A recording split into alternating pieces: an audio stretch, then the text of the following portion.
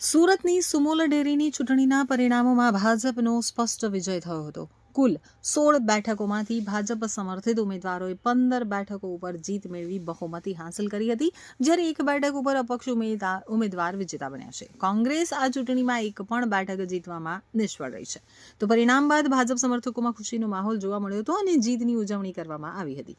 સુમોલ ડેરીના આગામી સંચાલનમાં હવે ભાજપનું જ પ્રભુત્વ રહેશે. મત વિસ્તારમાંથી જે મારા વિસ્તારના મતદારો પર મારા પર વિશ્વાસ મૂકીને મને જે ભવ્ય વિજય અપાયો છે, એટલે પહેલાં તો મારા મતદારનો આભાર માનું છું. ઓલપાડના પૂર્વ મંત્રી અને હાલના ધારાસભ્ય મુકેશભાઈ, બ્રિજેશભાઈ, કુલદીપભાઈ અને સમગ્ર મારી સાથે કામ કરનારા મારા નીતિનભાઈ હોય કે તમામ મિત્રોનો મારા તબક્કે આભાર માનું છું.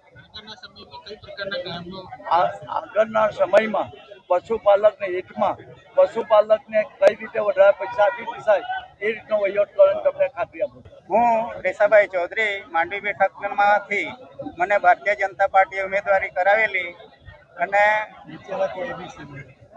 ભારતીય જનતા પાર્ટીએ મને ઉમેદવારી કરેલી. ભારતીય જનતા પાર્ટીએ મારા પર જે વિશ્વાસ મૂકેલો તે વિશ્વાસ આજે સાબિત થાય છે, એટલે હું ભારતીય જનતા પાર્ટીનો પહેલાં ખૂબ ખૂબ આભાર માનું છું.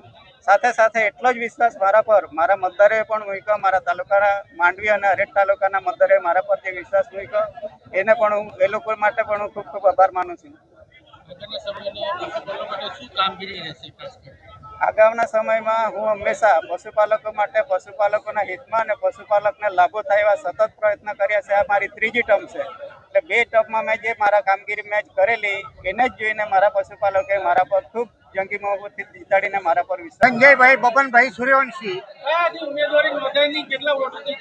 મુખરમુંડા તાલુકા 19 મત મળ્યા છે.